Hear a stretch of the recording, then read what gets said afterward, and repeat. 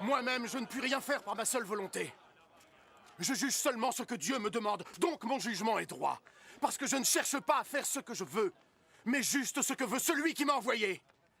Si je témoigne pour ma propre défense, ce que je dis ne constituera pas une réelle preuve à vos yeux. Mais il y a quelqu'un qui pourra témoigner en ma faveur. Et je sais que ce qu'il dit de moi est vrai. Jean est celui que vos messagers ont rencontré. Et il leur a parlé au nom de la vérité. Je n'ai nul besoin du témoignage d'un homme, mais je dis cela seulement pour que vous soyez tous sauvés. Jean était comme une lampe, qui éclaire et qui brille. Et vous étiez désireux de vous réjouir de sa lumière.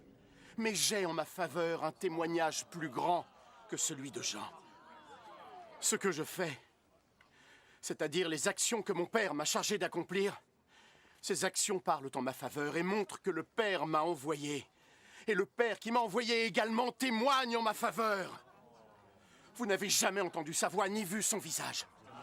Et vous ne portez pas son message dans vos cœurs, parce que vous ne croyez pas en celui qu'il vous a envoyé. Vous étudiez les Écritures, parce que vous pensez sans doute y trouver la vie éternelle. Mais ces mêmes Écritures parlent de moi. Pourtant, vous n'êtes pas prêts à venir à moi pour recevoir la vie. Je ne cherche pas les louanges des hommes, mais je sais quel genre d'humain vous êtes.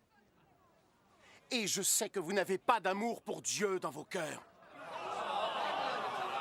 Je suis venu par la volonté de mon Père, et vous n'avez pas voulu me recevoir.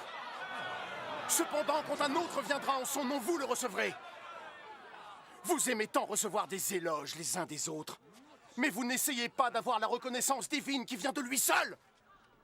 Ainsi, comment pourriez-vous me croire? Cependant, ne pensez pas que je serai celui qui vous dénoncera à mon Père. Moïse, en qui vous avez mis tous vos espoirs, est celui qui vous accusera. Si vous aviez vraiment cru en Moïse, vous auriez cru en moi, parce qu'il a écrit à mon sujet. Mais puisque vous ne croyez pas ce qu'il a écrit, comment alors pouvez-vous croire ce que je dis ?